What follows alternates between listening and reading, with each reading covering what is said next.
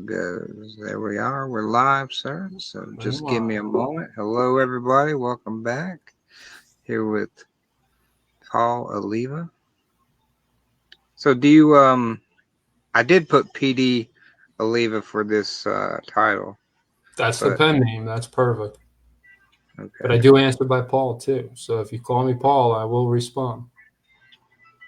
I almost put Paul, and I'm like, well, better put PD. Go with the pen name. Trying to get my family to call me PD. That's not happening either. So Right? we'll get there sometime soon. My name's PD, I tell. Now when I put you up in books of horror, I'm gonna put Paul because I can tag you with Paul, so Okay. That makes sense.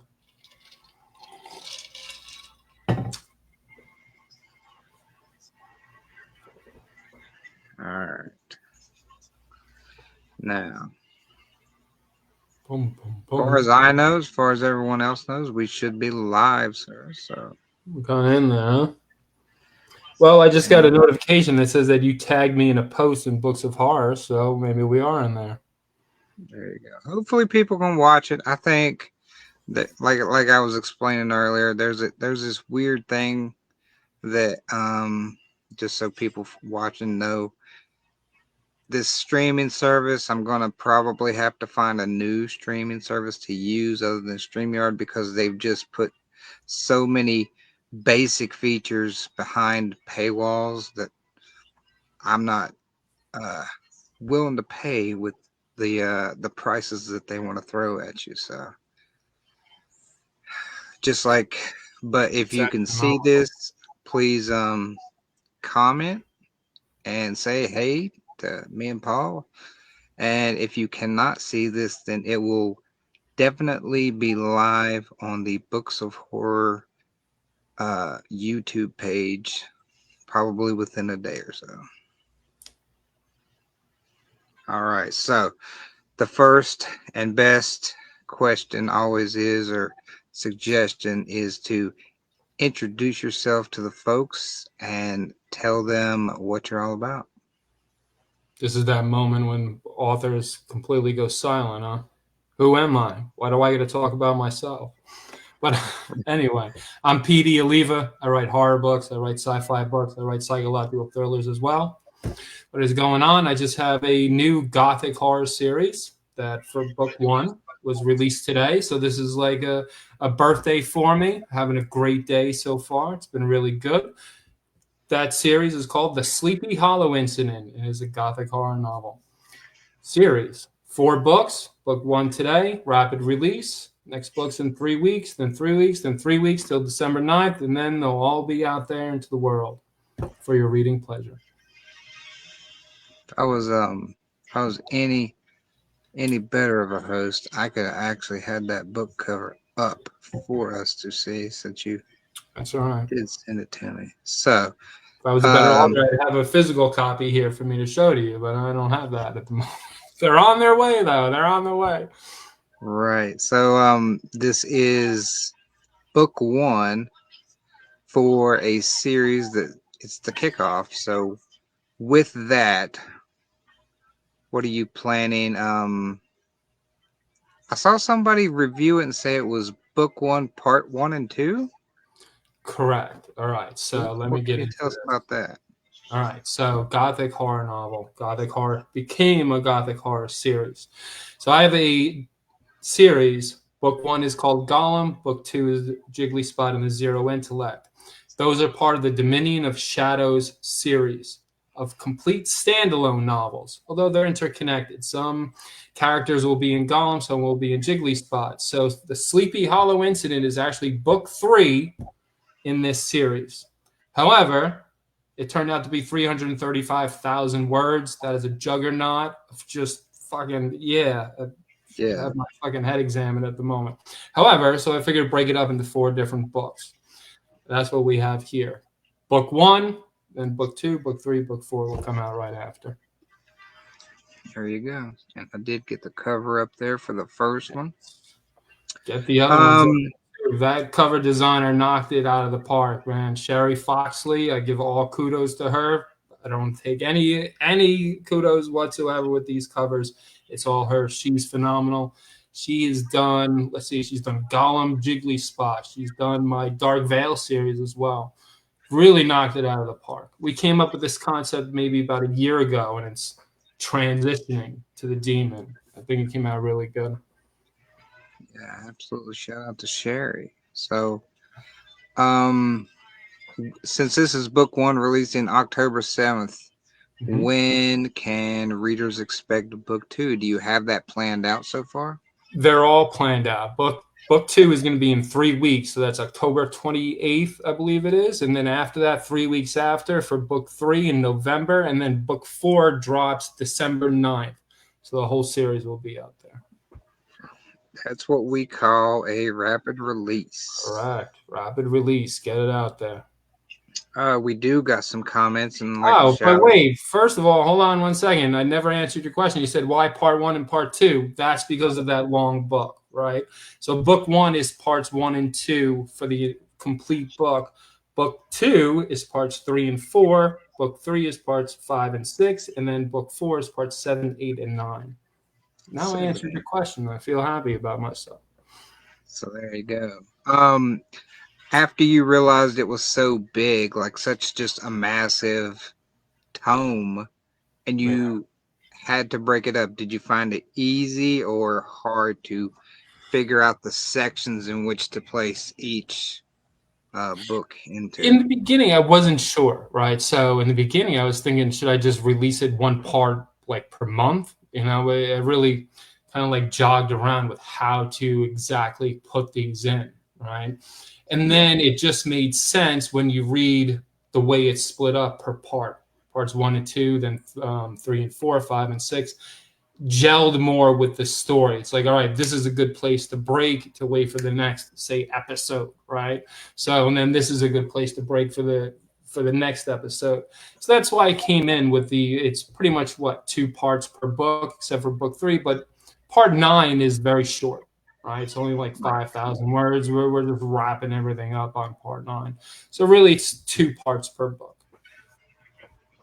Awesome. So it yeah, just sounds daunting. If you didn't intentionally write it that way, it sounds like there was some hair pulling, some mathematics Definitely some hair pulling in mathematics, 100%. too. Shout out to Erica Fields and Robin Ginther, Hello, Aragon Robin. Veneri, and then Angel Man. Ramon is watching. My man Angel. We were just on a live together a couple hours ago. So Angel's a good man. His book came out today too, right? 50 did it. Proof of Frogs and Margaritas, right? So everybody go out and buy that book. Angel is a fantastic writer and a great There you man. go. Happy release day to Angel too. Yeah, of course. All right. So now I get to play interviewer. Since we technically had an interview before, and then Facebook was being an asshole and would not let you join my live, and then you went live and it would not let me join your live. So you essentially just sat on camera, hung out with yourself. And And talk then to myself for like an hour, right? It's quite fun, which and I then have plenty of practice doing anyway. So it's like walking the park. that's what spurred me on to go and find another service like we're using now, except now they're just making it worse and worse as I go on and do these. So guess what? Gonna find another one. Understood. Well, their prices are a little bit astronomical. That's a little bit crazy for them to expect you to do that. Yeah. It's But like they I want mean, I think if somebody was monetizing it, which I'm not trying to do with any of these interviews, it's just to give spotlight to the authors. I think it might pay for itself, but yeah, if you're gonna buy it outright, it's like it would be like releasing the book, the price of probably around the price of releasing the book if you're doing a lot of the heavy lifting yourself. So Understood. Understood. crazy, Yeah. crazy.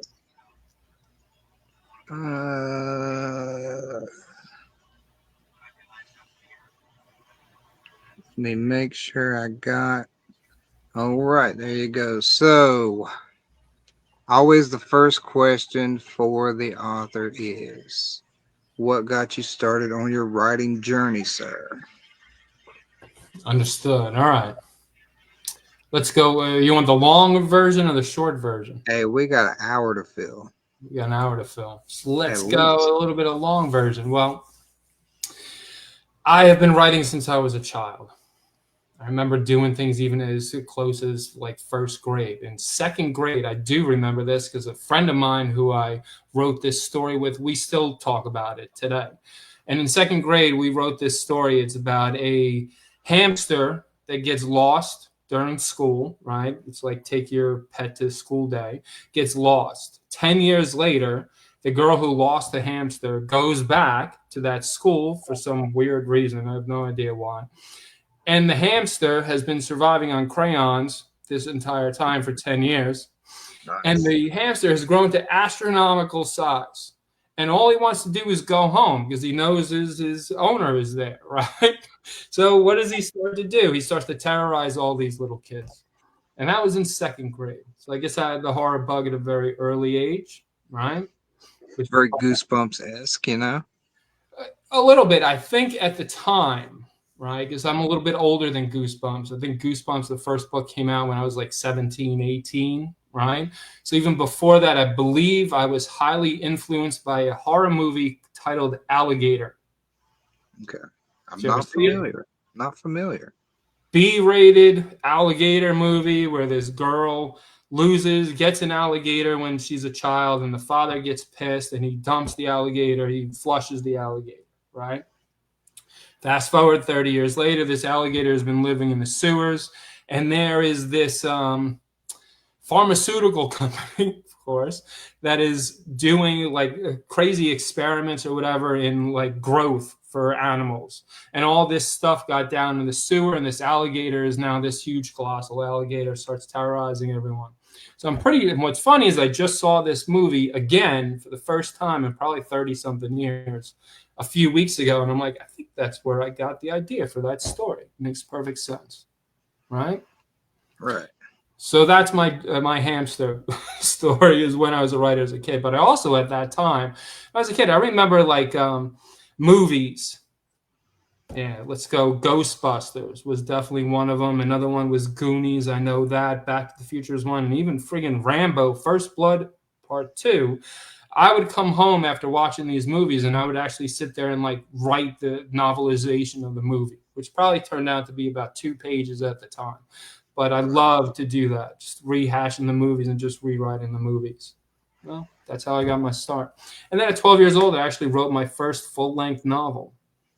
It's probably about 300 pages, and that was a fantasy novel. Um, Highly influenced by a dream I had in Dungeons and Dragons. And it's about this Book of the Dead, and these soldiers need to go find it at this castle or whatever. But that was at 12 years old. After that, I moved on to poetry, and I moved on to short stories and then other novels. And then when I was 24 years old, what happens? Well, the girlfriend got pregnant. We got married. I went to work, became a psychologist. Here we are decades later. Finally published my first novel in 2011. And since I'd say about 2020, I've been kind of more consistent with all my novels. I've been a hypnotherapist for about 20 years, retired from that last year in December 15th of last year, so I could write full time. That's what I've been doing. Hence the journey. So not too long, not too short either, but not too long. I would say, well, you've always been creative through most of your life, though. So That is a fact, 100%. from a very early age. Yeah. Um, you being a hypnotherapist, retired, can you hypnotize someone over a camera? Or does it have to be Yes, more in because I person? have done it before. However, because of the old what is it called? The HIPAA regulated platforms, kind of like a Zoom with HIPAA regulations on it. So since 2020, I have seen people in that capacity. However, the only people I have seen in that capacity that have done hypnosis with online have been people, patients, customers, clients, whatever, that I've seen previously in one-on-one physical sessions, right? So I've never actually done it with someone where I'm just meeting you and you're here and we're going to do a whole bunch of stuff and hypnosis stuff. I have not done that. Can it be done? Yes, 100% it can be done, but I don't know, the in-person always works better, at least for me, right? I'm a little bit older. The whole online thing here takes a little bit of getting used to. Although EMDR works great online, all you need is your eyes for that. Look here, move back and forth. You could do that on your own. We get the viewer count high enough, and then you got a certain amount of sales if you That's possible. We'll need another technique for that. It's called NLP, neuro linguistic programming, right? This is what hedge fund employees use to sell, to get people to buy what they're selling, right? And it's really just a slip of the tongue type of stuff, right? Where the person doesn't hear it, they hear it, their subconscious hears it, but they're not realizing consciously what's going on. The person's just dropping seeds into the subconscious mind. The next thing you know, you just made this friggin' purchase for 20 grand. You have no idea why, and you regret it almost immediately. That's your hedge fund company type of people. Salesmen use NLP all the time. Have you ever turned that against somebody trying to pitch something at you, but like, it's not working? I know what you're doing. Yes, I have heard that. You get once you're aware of it and you've been practicing it for such a long time, you know when other people are using it too, right? You catch the word before it drops into your subconscious. Like, no, I don't think so, there, buddy. That's very fascinating. Just that. Have you used that in your writing at all, or just kept it separate? NLP, definitely not. Definitely not. That would be a little bit. Well, I mean, not like that, but like, have you ever used like the subject matter, not the actual technique, but the subject matter? Yes, actually, in the Sleepy Hollow incident, I actually mentioned NLP, and the entire philosophy with NLP of how the mind works and how belief systems are created and how our belief system is the lens in which we view the world, right? So when we have that belief system, even whatever we're seeing, if we see something on the contrary that contradicts our belief system, what the mind does with that information is it deletes it, distorts it, or generalizes that information so their belief system is still held valid, right? So I used it in the Sleepy Hollow incident, but it's more or less just one person talking to another and explaining it because it pertains in this way to the story. Right. Or the circumstance that the characters are discussing at that point. Yeah, I definitely put some tidbits in there. Very hypnosis cool. Too, other philosophies, things like that. All right. So, I mean, I could talk to you forever about that. That's like fascinating. Like, you get somebody that's like practiced it for literally decades. So you kind of want to pick their brain about certain things with it to do, but 100%. Anytime. Very cool. We could definitely get on private conversations. I mean, obviously, I've been talking about it for 20 years. I would love to talk about it more. Anything you want to say, let me know.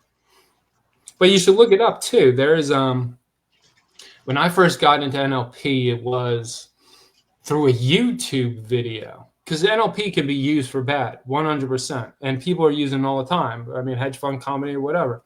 But this guy was using it on the YouTube video, and what he did, he was at the track, right, the racetrack, and he would go up to the teller with the losing ticket, and he would be talking to her, and he's dropping his seeds, and then she gives him the winning money for the ticket. Right? Yeah. So, it's sleight of hand, right? It's a distraction. People are usually distracted. They're not paying attention, listening what other people are saying. So these things, if somebody wants to manipulate someone, it's very easy to manipulate. And that's an unfortunate circumstance. Yeah. But look up the YouTube video. I would think that they try to apply it to the pitches you get, like if they're trying to get you with a timeshare or something, like Mhm. I would say They'll that also use cues. anything Look for anything cue. somebody's selling. Yeah, look for a cue. Like you see people do Yeah, that, or like little ticks like that, right? Or like, they'll do things like that, little physical cues. So you're not picking up on what they're doing because you don't understand. It just looks like he's going like this or whatever. But he keeps doing that while he's saying something to make sure what he's saying is getting into your subconscious mind a little bit more poignantly than if he was just say it plainly. He's putting a cue in there like an anchor. Fascinating how the human mind works. it is. It is. We got Donna Latham saying hello. So, Although, all right, sir. This is technically a two-part question. So the first part of the question is there any advice you received that helped you when, I'll say, when you first started publishing? any advice that I received when I first started publishing? I mean, a lot of advice. I think a lot of people go to Stephen King's On Writing with this one, right? So, I mean, I always go to like write what you know.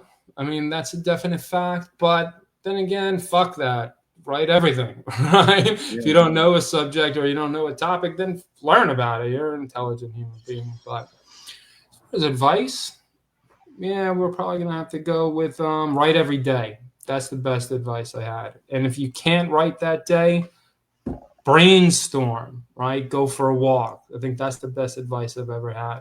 I love brainstorming. It's been my favorite pastime. I love to sit in nature in complete quiet and just think, slip slowly into madness, right? It's my favorite pastime. So if I'm sitting down and a freaking character is fucking with me, and I'm talking about fucking with me, like coming out and smacking me in my dreams like this and saying, you're writing me wrong, you're writing me wrong. What do I need to do?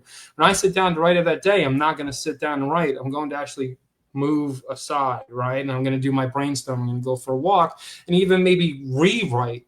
Well, but you got to do something every day. That I do Yeah. believe. Yeah. Whether it's brainstorming, writing, outlining, whatever the hell it is, or just fixing some shit.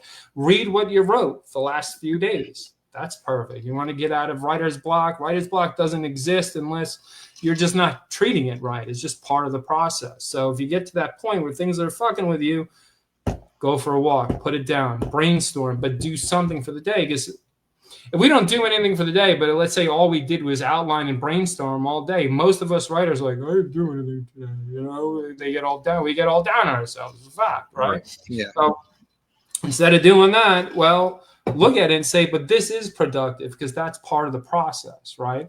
And if you really can't do any of that, we'll sit down and like edit your story, right? Go to in a past few chapters and go ahead and read through them and do some edits. That's still doing something. You're gonna have to do it anyway. And Yeah. editing is one of my favorite things as well. Oh, Right? I you're a love monster. editing. You're a monster.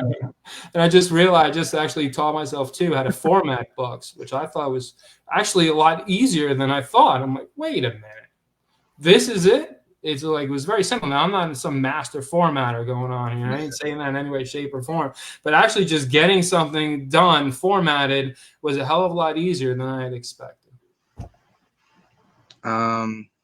Yeah, always be progressing in something in your creative endeavors. So Correct. I It's the bet you like writing synopses too. actually that one I don't like. Okay, okay. I was gonna say, I don't like writing the book descriptions either, yeah, at all. Those are a couple of things that I don't like. And if I yeah. got to take Nobody does. the whole quick like elevator pitch, I'm like, wait a minute, Yeah, how would you write an elevator pitch? And I'll look up and like read 20 articles about how to write a fucking elevator pitch, right? It's like, yeah. just get it right. Boil your 300 and some thousand word book into a few sentences. Go ahead. Yeah. Quite difficult, quite the difficult Right. task. So That's why the we pay second people. part to this question is, what advice would you pass along to someone that's separate from that? So right Okay. every day. So what would be something different that you've maybe learned over the years the hard way, most likely, that you would like people to hear? I give this advice out all the time. Study the craft, right? What Yeah, does that mean? We're all reading books, right? We're all reading books. But as you're reading that book, stop, take a breather, look at the book and study the craft, right? So how is this dialogue being presented, right? How is the ideas flowing from one chapter to the next? How is this being presented? How is a new character being introduced, right? Actually study what the writer is doing so you understand the craft better for yourself. There's a craft involved in every work of art that's out there, every genre. Everything is slightly different variations, but there's always a craft to it. Study the craft, learn the craft, know the craft, write the craft. right. You know? That's what I've told people in the past too. Like, writing is not something you can master. Like, you're always evolving. You're always finding different ways to tell a story. You can never just be a master writer because something's going to change. There's always, like, it's an evolution. So It is with an writing, agreed. Agreed. So keep studying, keep writing. yeah, It's a beautiful life. I will say that. I mean, the creative process is just gets my gut every time, right? There's nothing. Well, there's a few things, but you know what I'm saying.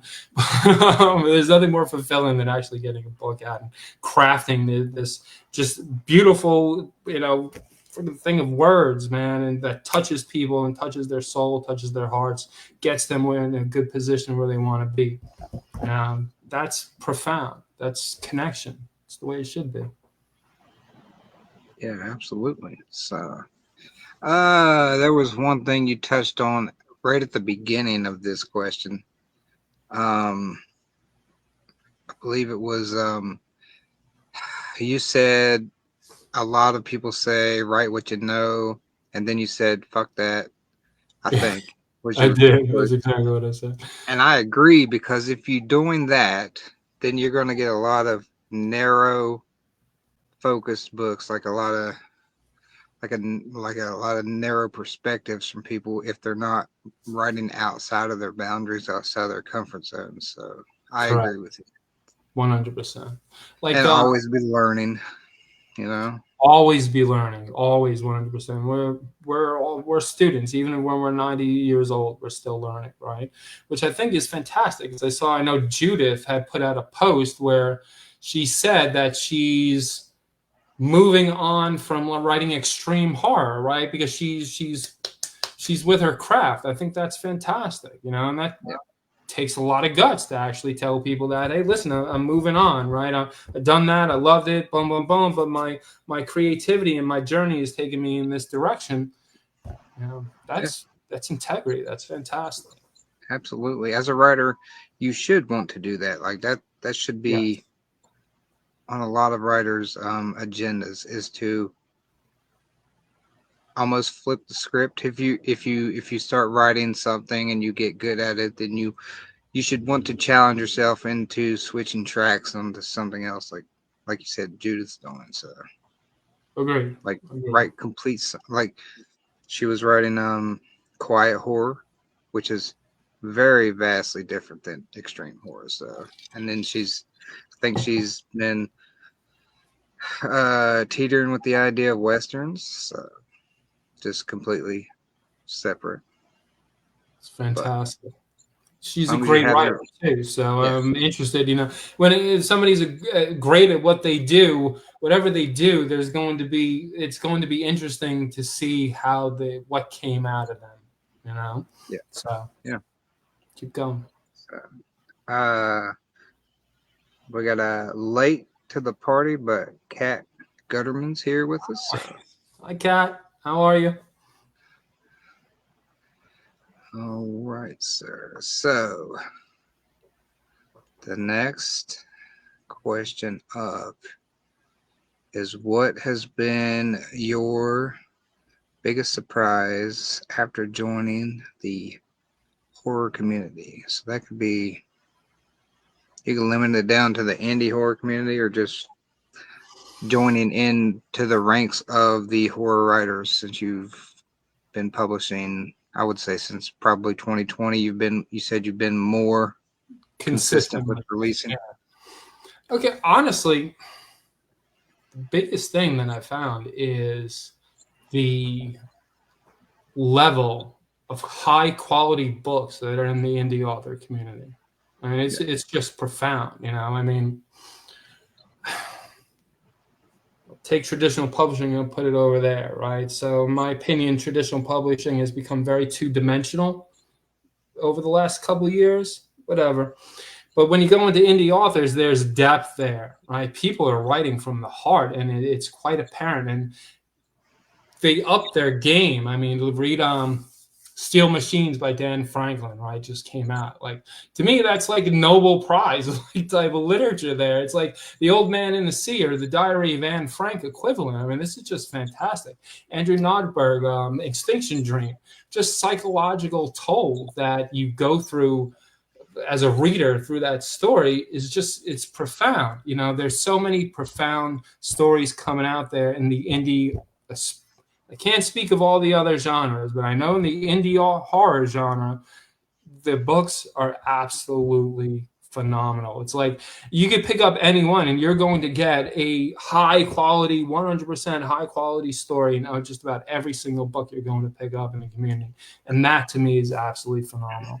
Especially, you got to think indie authors got the bad rap coming out when, you know, all of a sudden KDP exploded and every Tom, Dick, and Harry was out there just writing some, you know, crappy book to sell it to a bunch of people. And, you know, it gave us a bad rap at that point. You know, it's kind of like the, what were they called back in the day? Vanity presses. You remember vanity presses, right? Yeah. So, oh, that's self-publishing. You don't do that, right? So, but that's where not KU, just Kindle, right? At that point, was just like that. KDP had that stigma, but as time goes on, no, there's freaking phenomenal books coming out in the community, and thank God. That whole label, I believe, has been washed away at least in the horror community. Maybe in other communities, romance, psychological thrillers, and stuff like that, or other genres. Maybe the people aren't going into their indie community. But as far as horror, I do believe people are definitely stretching the indie community just because there's just so many phenomenal books to choose from. I mean, and most of us indie authors, you get a book for friggin' $1, for Pete's sake. So you can't even buy a fucking cheeseburger at McDonald's for a fucking $1 anymore. It's a fact, right? You get it for $1. It's like we're all like, it's like we're reliving the old Pulp Fiction craze, right? About 100 years ago, 1920s and 1950s, where there's just so many writers, just boom, pouring their heart out on the typewriter. Now we got keyboards, different. But for what? And back then, the magazine was like a full magazine for like 5 cents, right? It's like, we're still there, you know, but it's fantastic because there's so many to choose from. And it gives so many writers like myself, yourself, and so many other people the opportunity. Because with a gazillion writers out there, of course, traditional publishing is not going to be publishing every single person that's out there. But why not? If that's your dream, that's what you love to do. You can't go wrong by following your passions. That's a fact. Right. So the talent pool within the indie horror community has been the biggest surprise. It is. It's refreshing. It makes me proud to be an indie author. I will say that. Hopefully, in my opinion, Hollywood starts to take more notice. Some have, like, you're getting some more and more with like Adam Cesare and stuff with Clown in the Cornfield. Josh Mallerman has the Incidents Around the House movie being made, but correct. Maybe if Hollywood dives deeper into the indie horror scene, we can stop getting so many remakes. You know, like there are new stories to be told on the screen with these books. So I agree. And I think that's just a matter of time, right? Because it's already, like you said, with the Clown in the Cornfield, it's already starting to come about, right? So when they see an indie book is making a lot of waves, more than likely they're going to start looking at it and picking it up. Yeah. I mean, horror is just huge now. I mean, as far as with the movies too, it's astronomical. What was it? Sinners. What else was there?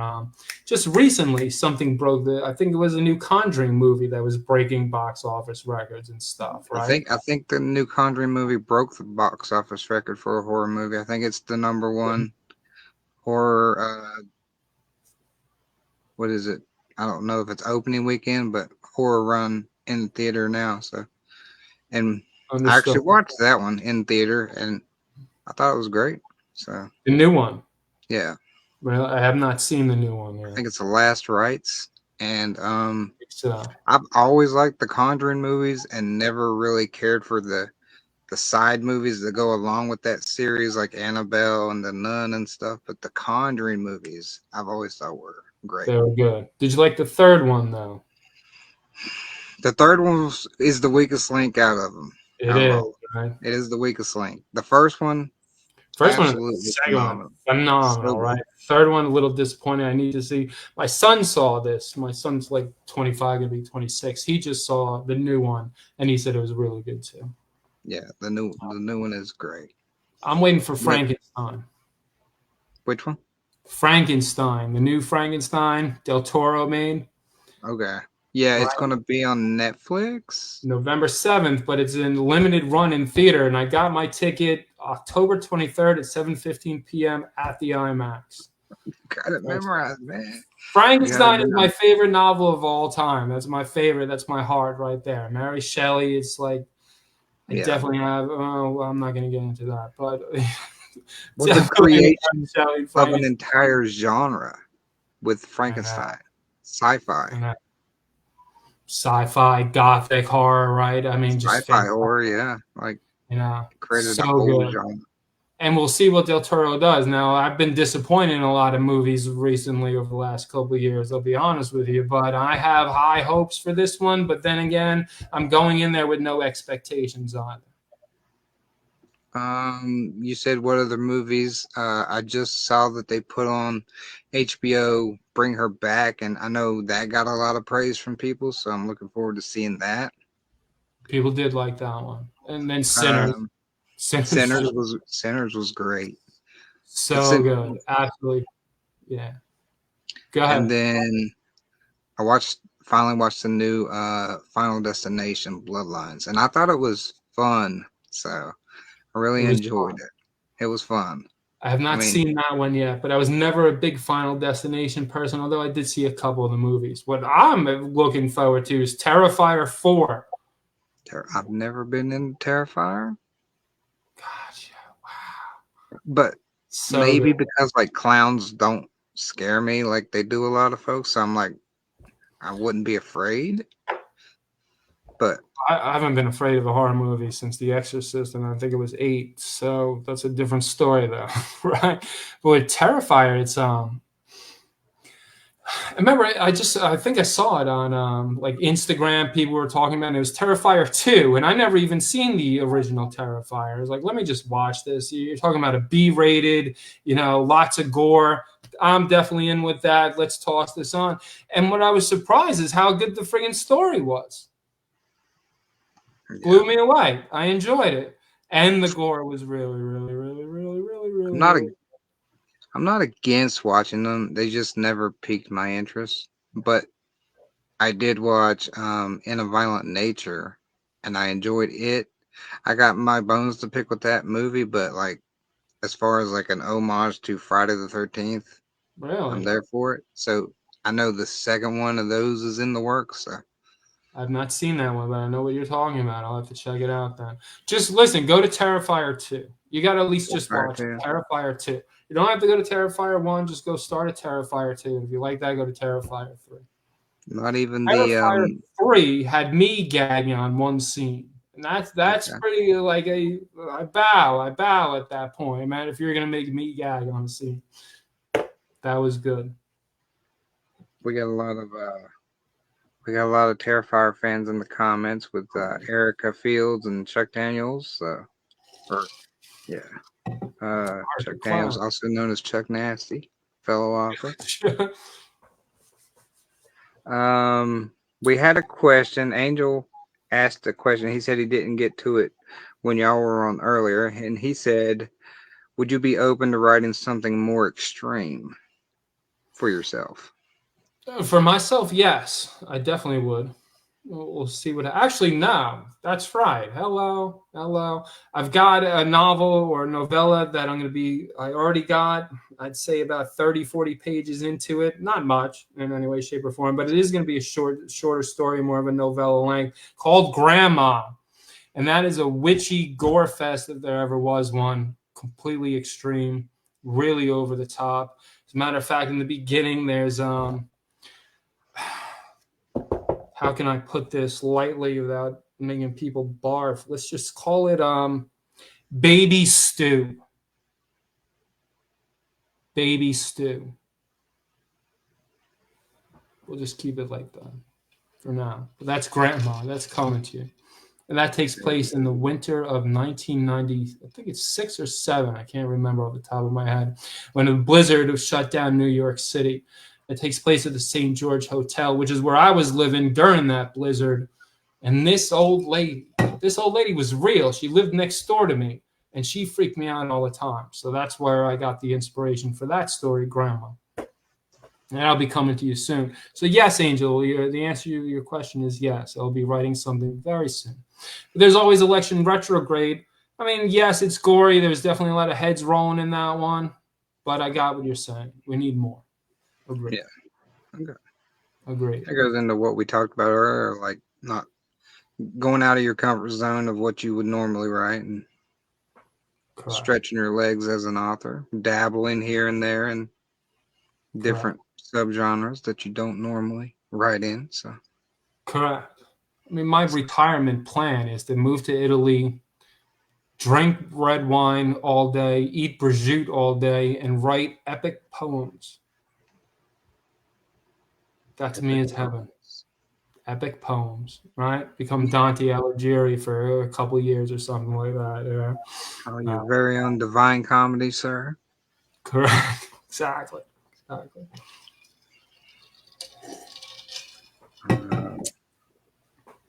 Yes, I remember the blizzard of '93 as well. I would have been like 6 or 7. Kat Gerdeman mentions the blizzard of '93 and '96. Great times. So, even where I live down here in West Virginia, I know New York gets hammered with snow regardless because of, especially if you're in western part of New York with the lake effect and stuff. But I mean, you got the ocean on one side, the lakes on the other side of New York. So freezes. But it's like ice. Back in '93, being a little kid then, I remember it being almost over our heads that deep where we live in West Virginia. So yeah, that's deep. Yeah, we don't get snow like that really down here anymore. I don't know about y'all. Maybe once in a while, but I'm in South Florida, so I don't get any snow. Oh, you're in South Florida. Yeah, I've been living here since '92, off and on though. I went back to New York for a few years, came back down here, went back to New York, came back here. I've been here consistently now since 2003, 22 years. So you're like a Floridian. Permanent snowbird. I got you. Listen, if I could go back to New York, we're up north during the summer months, I would definitely love that, and the snowbirds definitely got it going on. Although everyone who lives down here, when those snowbirds descend on South Florida, we do not like those people. You could tell immediately, too. The driving IQ drops at least 20 to 30 points within, like, a day. And you're just wondering what the hell is going on. And you're like, wait a minute. Seasons here. And then it all makes sense. It's bad. No. It's bad. Like, there should be a law in Florida where snowbirds are not allowed to drive during rush hour times. Yeah. What was it? Last year? The year before? Florida was getting snow on their beaches? Up north. A little bit north of me. More like Orlando and then I think like Tallahassee type of area. They were getting snow up there. That was a few years ago, too. Which is not here. Which is crazy still. That is pretty crazy still. That would be cool. I know that it snowed here in this area in South Florida once when in the 70s it snowed for like a day. But other than that, I've been down here. I've never seen it. But it does get cold. I mean, don't get me wrong. What's Yeah, cold, right? It's not 0 degrees. It gets down to like, the lower lowest it gets is like maybe 40 degrees, right? But then it'll be 40 degrees in the morning, and then say about 2 o'clock in the afternoon, it'll be close to 80 degrees. It's like a 40 yeah, degree swing within like a few short hour period, and then it'll go back down. But there's no humidity. I mean, South Florida in the winter is fantastic. We have 2 seasons, summer and autumn. Right? yeah. That's why the snowbirds know what they're doing. Yeah, the humidity is killer in Florida. I've been there once, and it was probably about 15 years ago, and I was in the Tampa, St. Pete area. So Mhm. we went Nice fishing out little on the ocean and stuff. It was just so, and we went to the zoo there in Tampa. Just Oh, so humid, just so humid. that's bad. Yeah, yeah. This time of It was, year, like you don't do like I said, anything. You go to the beach, you go to the pool, you go to air conditioning. That's about it. You walk outside, you feel like you're sitting in a hot bowl of tomato soup. It's just steaming everywhere. It's horrible. yeah. It's I want to horrible. say it was like in July or August, so right there in the peak of Yeah, summer. yeah, not So good. And then if you're going to the zoo, I remember I took my kids to the zoo once in August. I bought them ice cream. They didn't even get to eat it. It melted. just melted.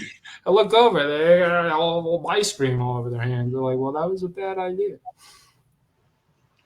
All right. So I think I got all the questions. If anybody has any questions for PD Alleva, just drop them in the comments, and I'll try to get to them when I see them. So,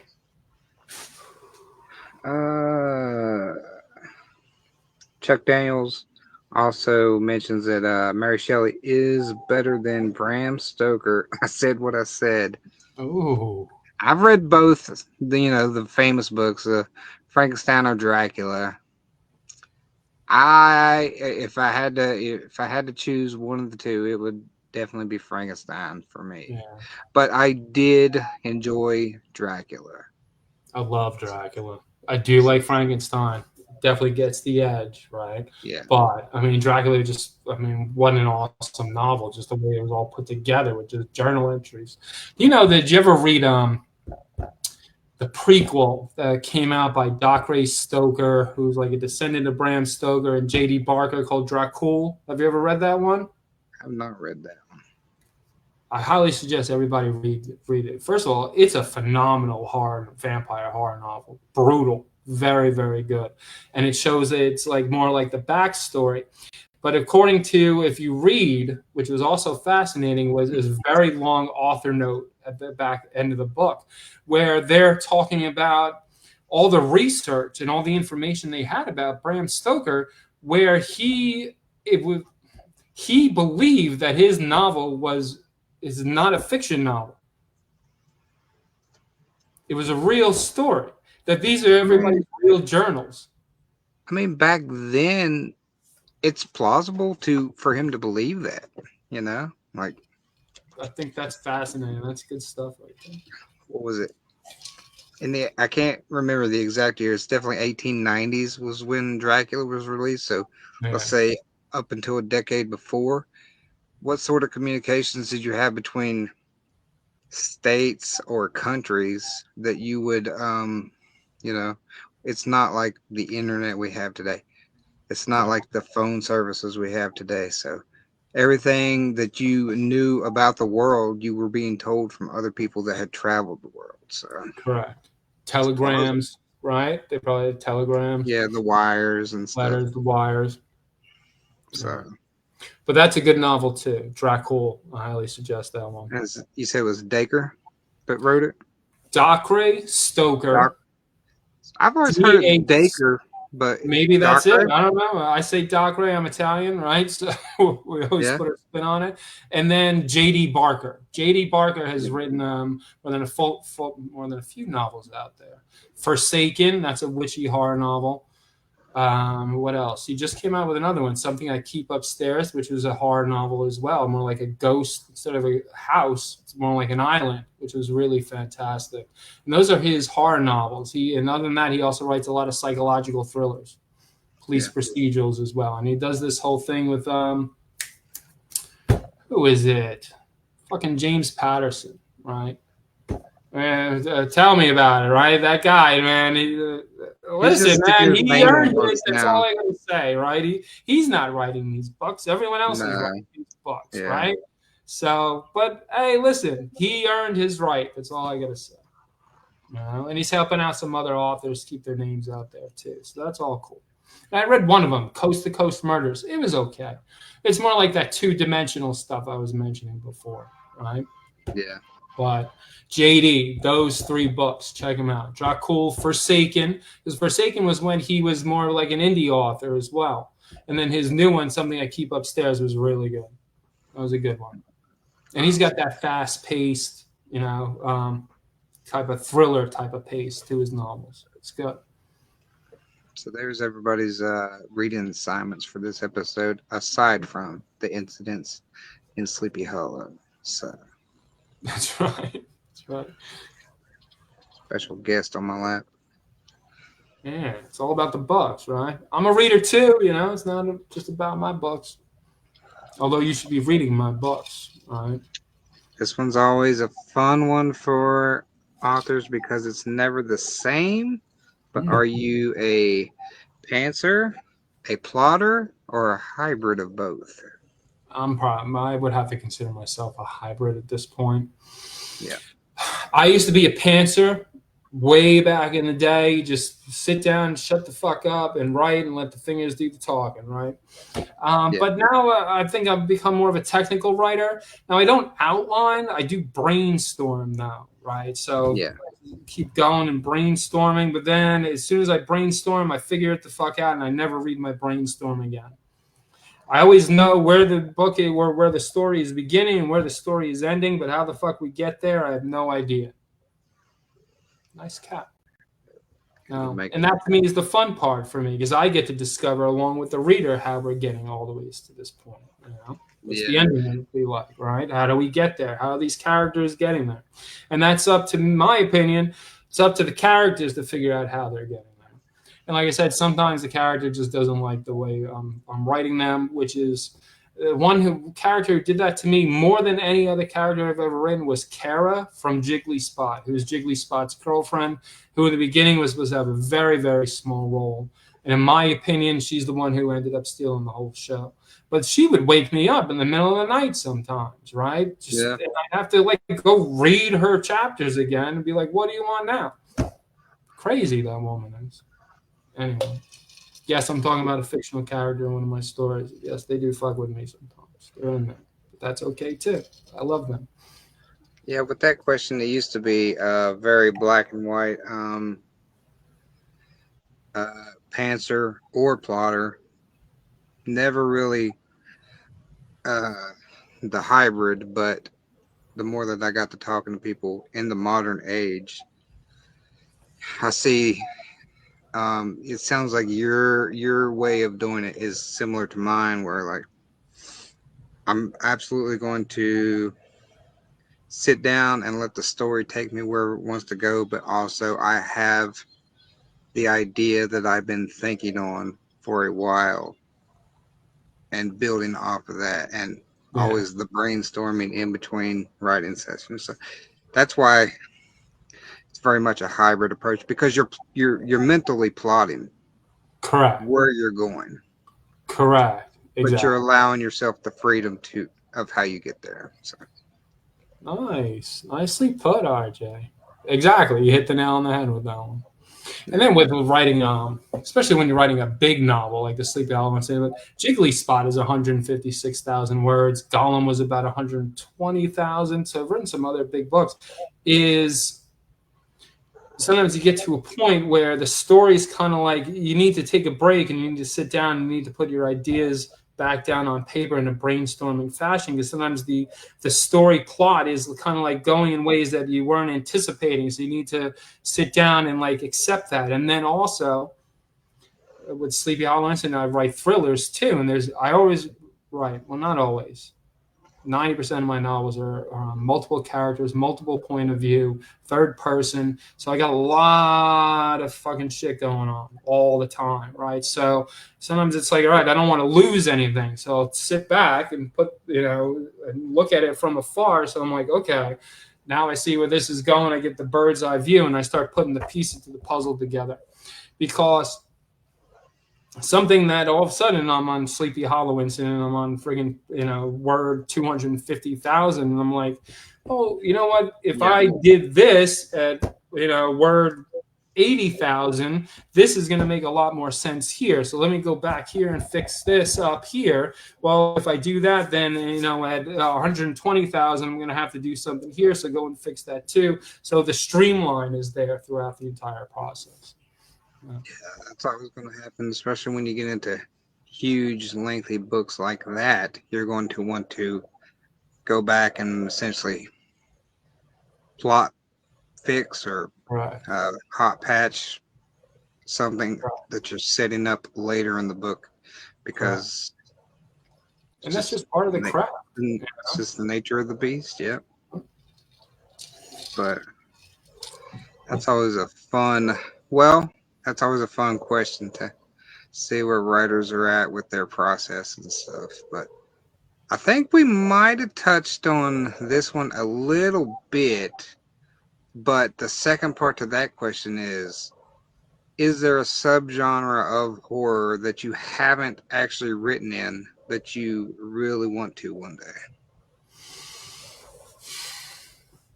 I only say this because there's a chapter in Grandma that is this, and that's erotic horror.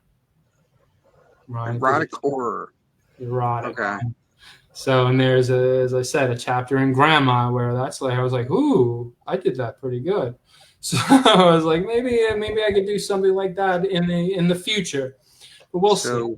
So erotic horror, would it be more in the flavor of, we'll say, Clive Barker, or would it be more in the flavor of Anne Rice in erotic horror? Two very separate erotic authors, or that like to put eroticism in their stories. Which is funny because those are like two of my favorite writers of all time too. That you mentioned that. Or maybe it's a happy median in between. That would be great. That would be great. Although now the question's been posed, my brain is saying we're going more towards the Clive Barker approach, right? Yeah. But we'll see, because we haven't gotten there yet. I know what Grandma is, but Grandma is not an erotic horror novel, right? It's just that one scene that's in there, right? So, but we'll see in the future. I got a lot of books ready that I already had planned to write. Yes. A lot of them. So we'll see. Erotic horror is, you're talking like 5-10 years down the road, unless something happens and someone comes to me and says, PD, we're going to pay you $10 million a year to write erotic horror. I'll be like, bye, everyone. See you later. And I'll go write erotic horror. Yeah. There you go. But we'll see. In Italy. In Italy. Drinking red wine. Gotcha. Eating prosciutto. And then, the epic poetry. With some erotic horror. With some erotic horror in the mix. Why not? All right. So, if anybody has any last minute questions for PD, throw them in the comments and I'll ask him. But aside from that, we just have the wrap up stuff really to do. So, the first would be any upcoming events you have, maybe at the end of this year or the beginning of next year, that you want to shout out and tell people where they can find you. Yeah. Okay, so I am going to be at an event. It's in Queens, but it's being put on by a bookstore called the Brooklyn Horror Addicts, and it's all indie authors. I do believe, I'm not going to speak for anyone, but I do believe if you check out their roster, there's more than a handful of authors who are mostly in this group who are going to be at that event as well. It's November 22nd. I don't even want to, it's at a German beer hall, Gottscher Hall. I don't know if I'm pronouncing that right, but just go to my Facebook page. I'll be advertising that probably very soon. So that's what I'm doing at the end of the year, and I'm looking to do my whole schedule for next year as well. Okay. Yeah. So we did touch on that earlier, but I think we got some different people watching now than we did then. So tell people the rest of the release schedule for the Oh, Sleepy Hollow books, and then if there's anything aside from those next 3 books you're working on that you could tease them with. okay. All right. Yes. Grandma. Grandma definitely one. Okay, so right now we have book 1 in my gothic horror series called The Sleepy Hollow Incident dropped today. And that is a rapid release series. So every 3 weeks, book 2 will be released in 3 weeks, book 3 in 3 weeks after that, and book 4 on December 9th. So I have the entire series. This series, my 3 words to best describe this series is brutal, brutal in its psychology, brutal in its gore. Let's just put it this way. I had a lot of fun writing about medieval torture. All right. A lot of fun. And I'm very descriptive too. So I hope you can enjoy the gore. Brutal, beautiful. It's a gothic novel.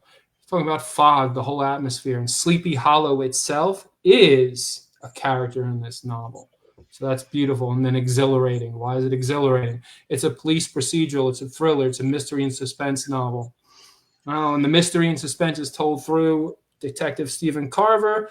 Why? Because there are all these bodies being, showing up in Sleepy Hollow that are all recipients of medieval torture, and he's trying to figure out why. Which then leads them to an entire backstory. And then that whole backstory has a little tidbit of somebody you might have heard of. Is kind of in that backstory named Washington Irving, who wrote The Legend of Sleepy Hollow, if you don't know. But anyway, so exhilarating, brutal, beautiful, and exhilarating. That's my Sleepy Hollow Incident. It's out there. If you go to my website too, I got first print, signed and numbered hardcovers and paperbacks, right, for sale as well. I also do discount print books on my website, pdalleva.com. Nice. And then also I have a Substack as well, and I got 4 novels on there. I got the psychological thriller Girl on a Mission. I got my feline possession story called Catfight. And then I have my sci-fi extravaganza, which is best described as Robert Langdon meets Constantine. I know that's fucking weird, but it's a great best of both worlds called The Hypnotist. And it is not about me, just FYI. And then I got The Dark Veil, The Rose, Volume 3, which is my alien vampires subjugating humanity after World War III. That's all in my Substack. So just go to Substack and type in PD Alleva and I'll pop up. There you go. There you go. Kat says for you to tell your wife hi. That I will, Kat. Thank you. And she says hello too, because I know that's what she's going to say. Oh, tell her I said hello. So there you go. All right. So aside from that, that's everything for tonight with Paul Alleva. Hey, thank you, RJ. This is good. Just do it again. Yeah, way better than last time. Way better. A lot better. That was just me acting like a fool, talking to people by talking to myself. But that's okay too. But it was fun. It was fun. It was fun. That's right. All It always. right. Hey, be well. Buy books of horror. Be well. See you in the group. Thank you all for watching, and until next time, we'll catch you later.